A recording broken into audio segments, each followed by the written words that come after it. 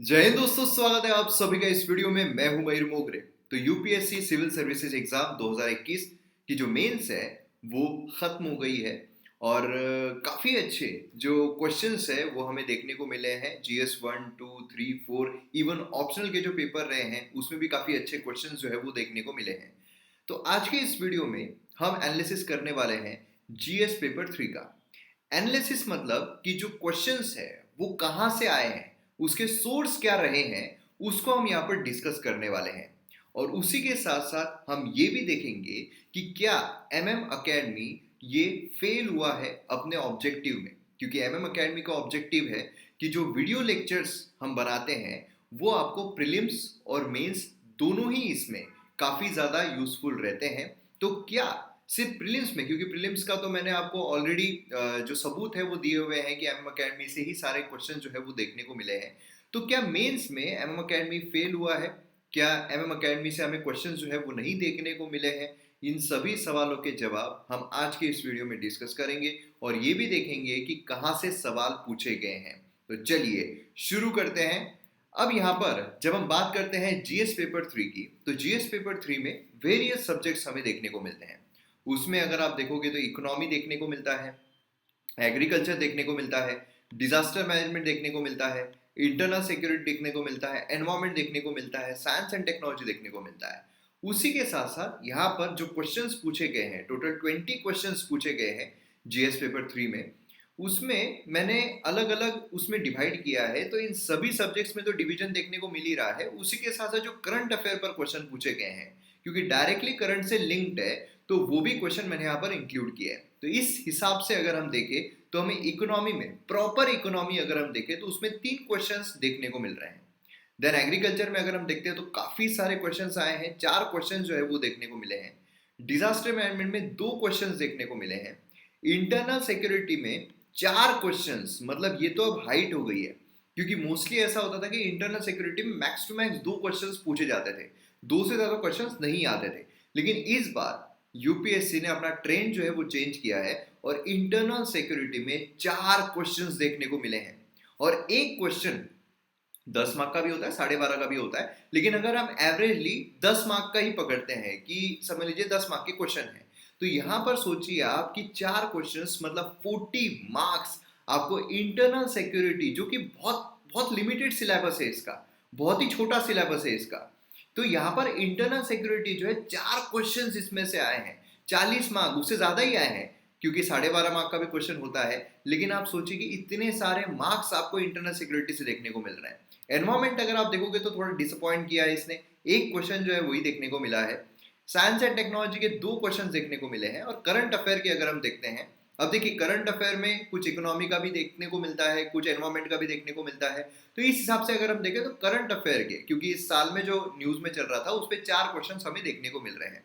तो आइए एक एक करके क्वेश्चन का एनालिसिस करते हैं और देखते हैं कि इसका सोर्स क्या था।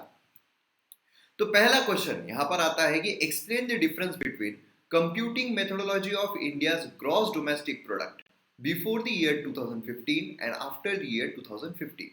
देखिए 2015 में क्या हुआ कि जो ग्रॉस डोमेस्टिक प्रोडक्ट है, जो सकल घरेलू उत्पाद है, उसके कैलकुलेशन में जो मेथोडोलॉजी है, कंप्यूटिंग मेथोडोलॉजी है, उसमें चेंज हमें देखने को मिला। तो यहाँ पर वही पूछा गया है, ग्रॉस डोमेस्टिक प्रोडक्ट, उसकी जो कंप्यूटिंग मेथड है उसमें किस तरीके का स्विच हमें देखने को मिला है। तो बेसिकली 150 वर्ड्स में लिखना था। तो यहाँ पर जो हमारे इकोनॉमी के लेक्चर्स हैं एम अकेडमी पर, तो एम अकेडमी पे ये जो ग्रॉस डोमेस्टिक प्रोडक्ट है उसके जो कैलकुलेशन मेथड्स है, कंप्यूटिंग मेथोडोलॉजी है, अलग अलग तरीके की कंप्यूटिंग मेथोडोलॉजी जो है वो सभी मैंने ऑलरेडी कवर की हुई है। तो यहाँ पर आप स्क्रीनशॉट जो है वो भी देख सकते हो। और काफ़ी लोगों को ये डाउट होता है कि क्या ये सही में लेक्चर्स के ही है, तो यहाँ पर आप फोटो जो है वो भी देख सकते हो। और पिछले बार जब मैंने प्रीलिम्स के सबूत दिए थे स्क्रीनशॉट के साथ कि प्रीलिम्स में क्वेश्चन जो है वो सभी क्वेश्चन एमएम अकेडमी से आए हैं, उस समय पर तो कुछ जो महान जीव थे उन्होंने ये भी बोला था कि ये भी मैंने फोटोशॉप से लगाई हुई है। तो ये कमेंट करने से पहले आप जो लेक्चर है वो देख सकते हो, उसके बाद आप कमेंट कीजिए कि ये भी मैंने फोटोशॉप से लगाया हुआ है। खैर, तो वो वहाँ पर हमारा टारगेट जाता ही नहीं, क्योंकि वो सिर्फ इसी में उलझे रहते हैं कि क्या सही है क्या गलत है। जो सीरियस एस्पिरेंट है वो ये चाहते हैं कि कैसे उनको जो सक्सेस है वो मिले, कहाँ से सक्सेस मिले, कौन से सोर्स से सक्सेस मिले। तो यहाँ पर आपको सबूत जो है उसका देखने को मिल रहा है। तो स्क्रीनशॉट है, सीधा स्क्रीनशॉट है एम अकेडमी लेक्चर का। तो जीडीपी कैलकुलेशन, इसमें पूरा जीडीपी का हर एक चीज, अब देखिए हर एक अगर मैं स्क्रीनशॉट लगाऊंगा तो उसमें बहुत लंबा चला जाएगा, इसलिए मैंने एक एक आइडिया के लिए कि हाँ भाई ये जो टॉपिक है ये कवर किया हुआ है हमारे लेक्चर्स में। अब देखिए यहाँ पर क्रेडिट जो है, क्रेडिट यहाँ पर एम अकेडमी का तो है ही, क्योंकि यहाँ पर लेक्चर्स कवर हुए हैं, लेकिन एम अकेडमी के जो लेक्चर्स है वो किताबों से ही कवर हुए हैं, वो कोई हवा से नहीं हुए।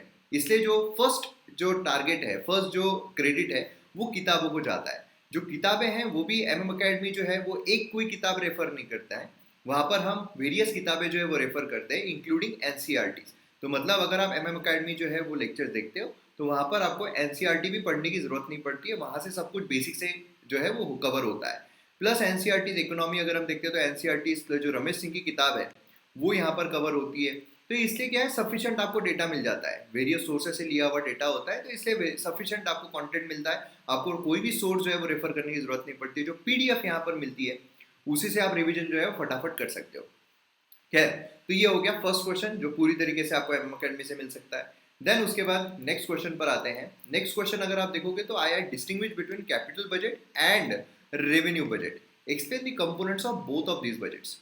अब देखिए यहाँ पर रेवेन्यू और कैपिटल बजट जो है उसके बारे में बात हो रही है, और बजट जो है दोनों के कंपोनेंट्स की भी बात हो रही है। तो अगेन यहाँ पर एम अकेडमी जो लेक्चर्स है, इकोनॉमी के लेक्चर्स, अगेन ये इकोनॉमी का क्वेश्चन है, ये भी 150 वर्ड्स में आपको जवाब देना था। तो यहाँ पर सब स्क्रीनशॉट जो आपको देखने को मिल रहा है, कैपिटल बजट है ना, इसके जो कंपोनेंट्स है सारे कंपोनेंट्स यहाँ पर दिए हुए हैं। अगेन यहाँ पर अगर हम देखते हैं तो रेवेन्यू बजट के भी सारे कंपोनेंट्स यहाँ पर दिए हुए हैं। तो यहाँ पर इसका भी जो जवाब है अच्छे तरीके से आप 150 वर्ड्स में काफी कॉम्प्रिहेंसिव तरीके से, जिससे कि आपको मैक्स टू मैक्स मार्क्स मिले, आप यहाँ पर जो एम अकेडमी के लेक्चर्स है उससे ही कवर कर सकते थे। देन उसके बाद थर्ड क्वेश्चन पर आते हैं। थर्ड क्वेश्चन यहाँ पर क्या बात कर रहा है? थर्ड क्वेश्चन बात कर रहा है कि how did land reforms in some parts of the country help to improve the socio economic condition of the marginal and small farmers. तो अगेन यहाँ पर एग्रीकल्चर के ऊपर क्वेश्चन आया है। इस बार एग्रीकल्चर पर काफी ज्यादा टारगेट जो है वो किया गया है, और हमने देखा था कि जो प्रीलिम्स था 2021 का उसमें भी एग्रीकल्चर पर काफी सारे क्वेश्चन जो है वो पूछे गए थे। तो अगेन लाइन से ये थर्ड क्वेश्चन है जो एग्रीकल्चर पर आया है। लैंड रिफॉर्म के बारे में बोला गया है, जो land reform, various land reforms लिए गए थे, और उसकी वजह से सोशियो इकोनॉमिक कंडीशन जो है मार्जिनल एंड स्मॉल फार्मर्स की कैसे इंप्रूव हुई है। देखिए क्या होता है कि बहुत सारे जो एस्पिरेंट्स है जो प्रिपेयर कर रहे हैं यूपीएससी के लिए, उनको सबसे बड़ा जो एक डिसएडवांटेज, या फिर मैं बोलूंगा जिस क्वालिटी में वो लैक करते हैं, वो होता है क्वेश्चन को समझना। अगर हम क्वेश्चन को समझ लेते हैं तो अपने आप हमें जवाब जो है वो मिल जाता है। जो भी आपने प्रिपेयर किया हुआ अच्छे तरीके डिसेंट अगर आपने पढ़ाई की हुई है, ये मैं नहीं बोल रहा हूँ कि एम अकेडमी के लेक्चर से, अगर आपने किताबों से भी अगर पढ़ाई की हुई है अच्छे से, कि आपने सभी जो प्रॉपर जो किताबें हैं वो अगर आपने रेफर की हुई है, और अगर आपने एम अकेडमी के लेक्चर्स रेफर किए, तो फिर तो सवाल ही पैदा नहीं होता है, मोर देन इनफ है। लेकिन स्टिल अगर आपने डिसेंट पढ़ाई की भी है तो मतलब आपके पास पूरी इंफॉर्मेशन जो है वो दिमाग में फिट है। अगर आपको इसका जवाब नहीं देते आ रहा है, इसका मतलब ये है कि आपको क्वेश्चन नहीं समझ रहा है। क्वेश्चन अगर आप समझ लोगे तो आपको पता रहेगा कि हाँ भाई ढांचा, जैसे मैं एम अकेडमी के जो लेक्चर्स उसमें बताता हूँ आंसर राइटिंग प्रैक्टिस में, कि एक ढांचा हमने बनाना होता है। एक ढांचा अगर हमने बना दिया तो किसी भी क्वेश्चन को उस ढांचे में हम फिट कर सकते हैं। तो उस तरीके से हमें पढ़ना होता है, उसको हम कहते हैं स्मार्ट वर्क। स्मार्ट वर्क से ही यूपीएससी क्लियर होता है, hard work is a myth. तो यहाँ पर लैंड रिफॉर्म के बारे में बोला गया है, तो लैंड रिफॉर्म जो है अच्छे तरीके से कॉम्प्रिहेंसिव तरीके से, अगेन जो एम अकेडमी के इकोनॉमी लेक्चर्स है, हालांकि एग्रीकल्चर का पार्ट है लेकिन स्टिल उसमें एग्रीकल्चर जो है वो भी हमें देखने को मिलता है चैप्टर इकोनॉमी में। तो उसमें लैंड रिफॉर्म जो है पूरी तरीके से यहाँ पर कवर किए गए हैं। देन उसके बाद कैसे वो बेनिफिशियल है ना, उसके ऑब्जेक्टिव्स क्या क्या थे, कैसे वो बेनिफिट करता है, क्या चैलेंजेस थे, इवन जो लैंड रिफॉर्म है उसमें क्या चैलेंजेस हमें देखने को मिले, क्या शॉर्टफॉल्स हमने देखने को मिले, वो भी हमने जो लेक्चर्स है उसमें कवर किया था। तो यहाँ पर ये भी जो इसका सोर्स है वो हमें देखने को मिलता है। देन उसके बाद फोर्थ क्वेश्चन आता है कि how and to what extent would micro irrigation help in solving India's water crisis. अब देखिए यहाँ पर ये वाला जो क्वेश्चन है, ये क्वेश्चन थोड़ा मिक्स है। मतलब इसमें हम जो स्टैटिक पोर्शन है, माइक्रो इरिगेशन प्लस आपका थोड़ा एनालिटिकल दिमाग जो है वो भी यहाँ पर आपको इस्तेमाल करना पड़ेगा। तो यहाँ पर जब हम एम अकेडमी के लेक्चर देखते हैं, इकोनॉमी के लेक्चर, उसमें माइक्रो इरिगेशन जो है, ये यहाँ पर इरिगेशन स्कीम्स बोलिए, माइक्रो इरिगेशन बोलिए, ये सारी चीज़ें जो है वहाँ पर कवर की गई थी। और उसी के साथ साथ यहाँ पर वाटर क्राइसिस जो है उसके बेनिफिट्स, उसके चैलेंजेस, मतलब आपको क्या है बेसिकली होलिस्टिक व्यू जो है वो मिल जाता है। तो ये चीज़ें यहाँ पर काफ़ी काम आती है। और यहाँ पर थोड़ा एनालिटिकल अगर आप दिमाग लगाओगे, माइक्रो इरिगेशन जो है कैसे सॉल्व करता है वाटर क्राइसिस, तो एकदम ही इजी क्वेश्चन, मतलब मेरे हिसाब से अगर देखा जाए तो ये इजीएस्ट क्वेश्चन पूरे अगर हम 20 क्वेश्चन देखते हैं तो सबसे इजीएस्ट क्वेश्चन जो है वो ये था। अगर आपको माइक्रो इरिगेशन के बारे में पता है तो डायरेक्ट क्वेश्चन था। मतलब यहाँ पर जैसे यूनिवर्सिटी में या फिर जो कॉलेजेस में, स्कूल्स में जो हमें क्वेश्चन पूछे जाते थे उस तरीके का क्वेश्चन था, बिल्कुल भी यहाँ पर हार्ड क्वेश्चन नहीं था। नेक्स्ट क्वेश्चन यहाँ पर आता है 8th question, discuss about the vulnerability of India to earthquake related hazards. यहाँ पर अर्थक्वेक जो है उससे रिलेटेड यहाँ पर क्वेश्चन पूछा गया। तो सबसे पहली जो लाइन है उससे हमें ये अंदाजा आता है क्वेश्चन जो है वो अर्थक्वेक पर पूछा गया है। मतलब क्या है, जीएस पेपर 3 में जो डिजास्टर मैनेजमेंट जो हमारा टॉपिक है उस पर ये क्वेश्चन पूछा गया है। अब यहाँ पर अर्थक्वेक अगर हम देखते हैं तो एक डिजास्टर है, और यहाँ पर सबसे पहले आ रहा है वल्नरेबिलिटी ऑफ इंडिया।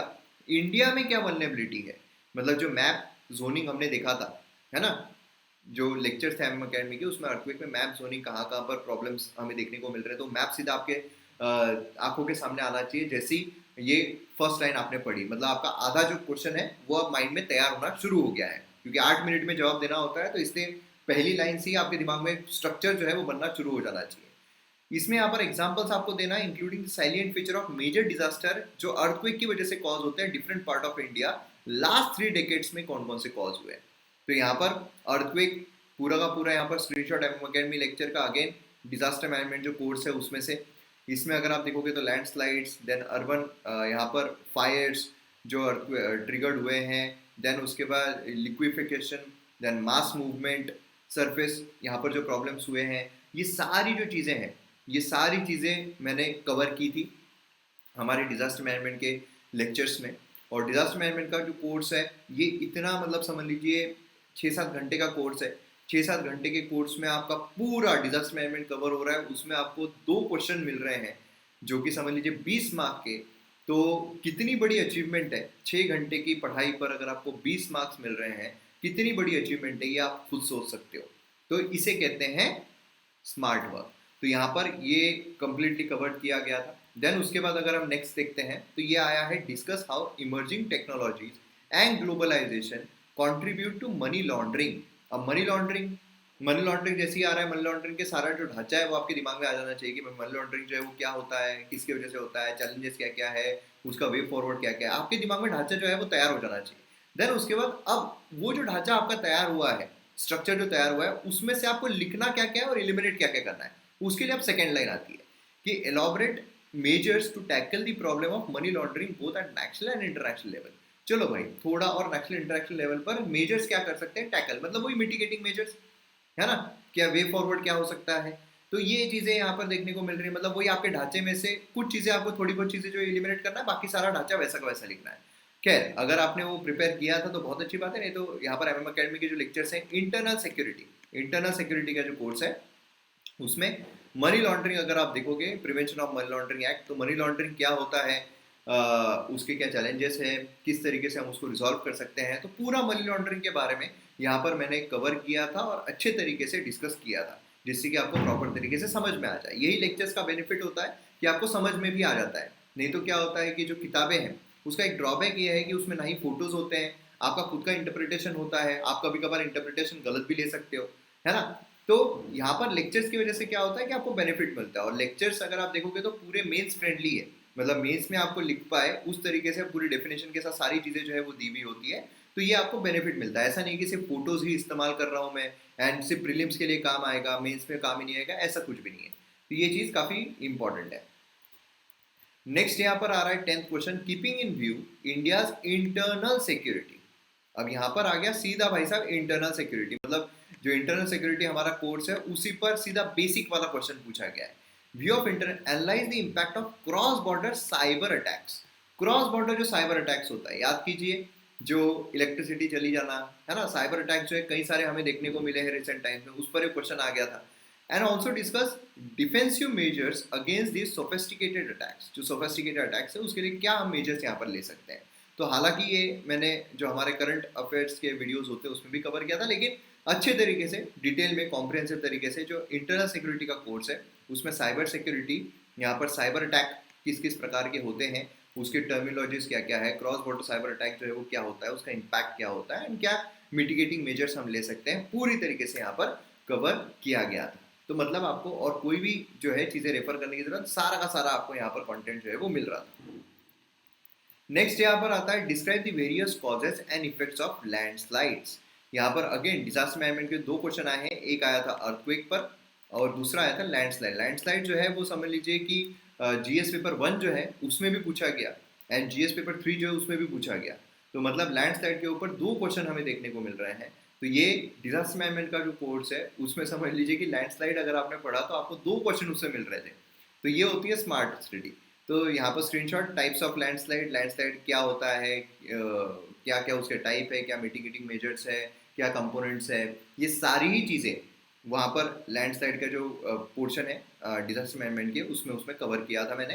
तो यहाँ पर इंपॉर्टेंट कंपोनेंट जो है next landslide risk management strategy की क्या क्या है, तो इस तरीके से आपको क्वेश्चन जो है वो पूछे जाते हैं। देन उसके बाद यहाँ पर 19th question, analyse the multi dimensional challenges posed by external state and non state actors. यहाँ पर external state and non state actors, देखिए स्टेट और नॉन स्टेट एक्टर्स क्या होते हैं। स्टेट मतलब गवर्नमेंट है ना, एक्सटर्नल मतलब क्या, जैसे कोई फॉरेन कंट्री की गवर्नमेंट, जैसे पाकिस्तान की जो प्रॉपर गवर्नमेंट है जो शासन कर रही है वो हम बोलेंगे external state actors. Non state actors मतलब क्या होते हैं, फॉरेन कंट्री में जो गवर्नमेंट के अलावा जो बॉडी होगी जो इन्फ्लुएंस कर रही है, मिलिटेंट्स बोलिए, टेररिस्ट बोलिए, है ना। अब ये नेगेटिव टर्मिनोलॉजीज हो गई, लेकिन पॉजिटिव भी कभी कभार होती है, जो एनजीओज होते हैं वो भी नॉन स्टेट एक्टर्स में आते हैं। तो खैर यहाँ पर चैलेंजेस बोला गया है, मतलब नेगेटिव कॉन्सेप्ट ही लेना है, मतलब जो टेररिस्ट है, जो मिलिटेंट्स है ना, जो बाहर से भेजे जा रहे हैं, तो वो क्या चैलेंजेस यहाँ पर पोर्ट्रे करते हैं to the internal security and discuss the major required to be taken to combat this threat. मतलब सीधे सीधे क्वेश्चन थे कि भाई वो क्या है, उसके लड़ने के लिए हम क्या क्या कर सकते हैं। तो यहाँ पर इंटरनल सिक्योरिटी का जो पूरा कोर्स है हमारा, ये भी काफ़ी छोटा कोर्स है ना, मतलब समझ लीजिए कि 10 घंटे के अंदर का ही कोर्स है और इस पे आपको 4 क्वेश्चन मिल रहे हैं, 40 क्वेश्चन, 40 मार्क्स, 40 मार्क्स से ऊपर, मतलब समझ लीजिए 50 मार्क आपको मिल रहे हैं यहाँ पर, 50 मार्क्स मिल रहे हैं आपको इंटरनल सिक्योरिटी से। और क्या चाहिए वैसा, क्या चाहिए, और जबरदस्त तरीके से आपका यहाँ पर जो है वो रिजोल्यूशन हो सकता है। Role of external state and non state actors, सीधा सीधा यहाँ पर एक टॉपिक ही पूरा का पूरा कवर किया गया था, इसमें सारी चीजें फिर स्टेट एक्टर्स क्या होते हैं, external state actor, non state actors क्या होते हैं, मिटिगेटिंग मेजर्स क्या हो सकते हैं, क्या कॉम्बाट करने के लिए, सारी चीजें यहाँ पर इंटरनल सिक्योरिटी के कोर्स में कवर किया गया था। तो अगेन मेन से रिलेटेड आपको इतने सारे मार्क्स यहाँ पर मिल रहे हैं। अगेन यहाँ पर आया है कि कॉम्प्लेक्सिटी एंड इंटेंसिटी जो ऑफ टेररिज्म, उसके कॉजेस क्या क्या है, लिंकेजेस क्या क्या है, एबनॉक्शियस नेक्सस क्या क्या है, यहाँ पर जो क्या हम मेजर्स ले सकते हैं इसको इरेडिकेट करने के लिए। तो अगेन इंटरनल सिक्योरिटी का टॉपिक है यहाँ पर एमएम अकेडमी के लेक्चर में। जो टेररिज्म है उसके क्लासिफिकेशन से लेके तो सारी चीज़ें वहाँ पर मैंने कवर की है टेररिज्म के बारे में, और मेजर्स क्या हम ले सकते हैं, तो सारी ही चीज़ें यहाँ पर कवर्ड हुई है प्रॉपर तरीके से। तो ये भी एक सोर्स जो है वो हमको देखने को मिलता है। देन उसके बाद यहाँ पर एक साइंस एंड टेक्नोलॉजी का भी क्वेश्चन जो है वो निकल कर आता है कि what are the research and development achievements in the applied biotechnology. तो बायोटेक्नोलॉजी जो है उससे रिलेटेड शशांक सर ने, हमारा ही जो है एमएम अकेडमी का कोर्स है उसमें शशांक सर ने बायोटेक्नोलॉजी के बारे में डिटेल जो है वो सिनारियो कवर किया हुआ है और डिटेल में बायोटेक्नोलॉजी जो है वो कवर की हुई है। तो यहाँ पर आपको इस पर भी क्वेश्चन जो है वो मिल सकता है। तो इस तरीके से अगर हम टोटल क्वेश्चंस देखते हैं, क्योंकि अब यहाँ पर ये हो गया बोनस जो करंट अफेयर के क्वेश्चंस थे, करंट अफेयर के क्वेश्चंस यूट्यूब पर कवर किए गए थे। फॉर एग्जांपल यहाँ पर आप देखोगे तो जो कॉप है कॉन्फ्रेंस ऑफ पार्टीज पर 2 क्वेश्चन आए थे, 26 सेशन जो हुआ था कॉन्फ्रेंस ऑफ पार्टीज का, उस पर 2 क्वेश्चन हमें देखने को मिले थे। और यहाँ पर अगेन जो मयूर मोगरे यूट्यूब चैनल है उस पर ये कवर्ड किए गए थे। अगेन मैंने वेरियस जो न्यूज़पेपर एनालिसिस है उसमें बहुत सारे क्वेश्चन जो है वो कवर किए हैं, इंक्लूडिंग अगर हम वी शेप रिकवरी के बारे में एक क्वेश्चन आया था तो वी शेप रिकवरी, के शेप रिकवरी, वो भी हमने ऑलरेडी कवर किया हुआ था। तो इस तरीके से अगर हम जनरल स्टडीज पेपर 3 देखते हैं तो टोटल 20 क्वेश्चन जो है वो पूछे गए थे एंड 20 क्वेश्चन में से अगर हम देखें तो एमएम अकेडमी जो मैंने लेक्चर्स कवर किए हुए हैं उसमें से 12 के आसपास तो कंप्लीट अगर मैं करंट को हटा दूं, क्योंकि करंट की भी अगर आप देखोगे तो यहाँ पर आप देख सकते हो कि जो ग्लोबल एयर क्वालिटी इंडेक्स है, ग्लोबल एयर क्वालिटी गाइडलाइंस, जो रिसेंटली वर्ल्ड हेल्थ ऑर्गेनाइजेशन के द्वारा रिलीज की गई थी, वो भी मैंने कवर किया था, ऑलरेडी कवर किया हुआ है। इनफैक्ट यहाँ पर S-400 एयर डिफेंस सिस्टम जो है वो भी यहाँ पर कवर की गई थी। उसी के साथ साथ अगर हम देखते हैं तो जैसे मैंने आपको वी शेप्ड रिकवरी के बारे में बताया था, वी शेप्ड रिकवरी वो भी वहाँ पर जो है वो कवर किया गया था मेरे द्वारा। एंड उसी के साथ साथ जो बायोटेक्नोलॉजी है ना, ये भी सारी चीज़ें जो है वो कवर की गई थी। सिर्फ जो कवर नहीं किया गया था वो था नोबेल प्राइज इन फिजिक्स 2014, ये जो है जॉइंटली अवार्ड किया गया। तो ये अगर आप देखोगे तो ये साइंस एंड टेक्नोलॉजी का एक अलग ही क्वेश्चन है, और ऐसे तो क्वेश्चन आते ही है कि जो कंप्लीटली कवर नहीं किया गया है ना। तो मतलब समझ सकते हो आप कि अगर ओवरऑल देखोगे आप सारे लेक्चर्स अगर आप प्रॉपरली फॉलो किए हो, करंट अफेयर एंड उसी के साथ साथ अगर आपने जो कोर्स है एकेडमी का प्रॉपर तरीके से अगर कवर किया हुआ है, तो मैं ऐसा मानता हूं कि more than 15 questions on the safer side, more than 15 question जो है वो आपको इजीली सॉल्व करते आते थे। एंड मोर देन 15 क्वेश्चंस मतलब आपने जीएस पेपर 3 में एक्सेल किया है। इतने क्वेश्चन 100% प्रॉपर आपके पास डेटा रहना ये काफी मुश्किल रहता है। तो मोर देन 15 क्वेश्चंस इजीली आप अटेम्प्ट कर सकते थे काफी आसानी से, और बाकी भी जो क्वेश्चन है वो भी करंट अफेयर जो कवर किया गया उसी में से, मतलब मैं तो ऐसा मानता हूं कि 18 to 19 क्वेश्चन जो है वो आप इजीली अटेम्प्ट कर सकते थे अगर आपने प्रॉपर सारे जो लेक्चर्स है वो कवर किए हैं तो। और 18 to 19 क्वेश्चन एक एक एक सोर्स से आपको मिल जाना ये मतलब एक अद्भुत चीज है। तो इसलिए कहा जाता है ना कि जो मेरा फेवरेट कोट है कि ब्रूस ली ने कहा था कि मुझे उस इंसान से डर नहीं लगता है जिसने 10,000 किक की प्रैक्टिस एक एक बार की है, लेकिन मुझे उस इंसान से डर लगता है जिसने एक किक की प्रैक्टिस 10,000 बार की है। तो डिफरेंट वेरियस सोर्सेस, आप बहुत सारे सोर्सेस रेफर करके एक एक बार उनको पढ़ोगे तो मतलब नहीं बनेगा। एक ही सोर्स अगर आप रेफर करोगे उसको आप 1000 बार पढ़ोगे तो आपको एक्सेल करने से कोई नहीं रोक सकता है। और यहाँ पर प्रूफ के साथ मैं आपको बता रहा हूँ कि एमएम अकेडमी आपके लिए क्यों एक परफेक्ट सोर्स जो है वो रह सकता है। तो इसलिए डाउनलोड कीजिए एमएम अकेडमी ऐप। यहाँ पर डाउनलोड करना है आपको, साइन अप करना है, डेमो लेक्चर जो है वो भी आप देख सकते हो। यहाँ पर आप क्लिक करोगे, यहाँ पर आपको प्रोफाइल जो है वो दिखाई देगी एंड देन वेरियस प्लान दिखाई देंगे। और लोवेस्ट क्वालिटी है, आपको हाईएस्ट क्वालिटी कंटेंट तो देखने को मिल ही रहा है, लोवेस्ट क्वालिटी आपको और कहीं पर भी इतने कम दाम में इतना हाईएस्ट क्वालिटी कंटेंट देखने को नहीं मिलेगा जितना इतना ऑथेंटिक सोर्स देखने को नहीं मिलेगा। देन उसके बाद आप कोर्सेज को एंजॉय कर सकते हो। प्लस आप जो वेबसाइट है theacademy.in, इस पे भी जा सकते हो और यहाँ पर भी आप वेरियस कोर्सेज जो है वो ले सकते हो। कंप्लीट फाउंडेशन कोर्स जो है वो देखने को मिलता है। तो यहाँ पर जब आप वेबसाइट जो है विजिट करते हो theacademy.in, तो यहाँ पर नीचे आप आओगे तो यहाँ पर आपको फाउंडेशन कोर्सेज जो है वो देखने को मिलेंगे। तो यहाँ पर आप फाउंडेशन कोर्स, क्योंकि 1 साल का कंफर्टेबल होता है, या 6 महीने का भी आप कोर्स जो है वो परचेस कर सकते हो। और उसी के साथ साथ यहाँ पर आप जो प्लान्स है वो एंजॉय कर सकते हो। इसमें आपको कंप्लीट कोर्सेज जो है वो देखने को मिलेंगे। जितने भी कोर्सेज है सारे कोर्सेज आपको देखने को मिलेंगे और ऑलमोस्ट 99% सिलेबस जो है वो कम्प्लीटली कवर्ड किया गया है एमएम अकेडमी पर, कम्प्लीटली अवेलेबल है। जो कंटेम्प्रेरी टॉपिक्स है वो ऐड होते रहते हैं, तो आपको मज़ा आ जाएगा। तो डाउनलोड कीजिए एमएम अकेडमी ऐप या फिर विजिट कीजिए theacademy.in। मिलते हैं अगली वीडियो में। जय हिंद।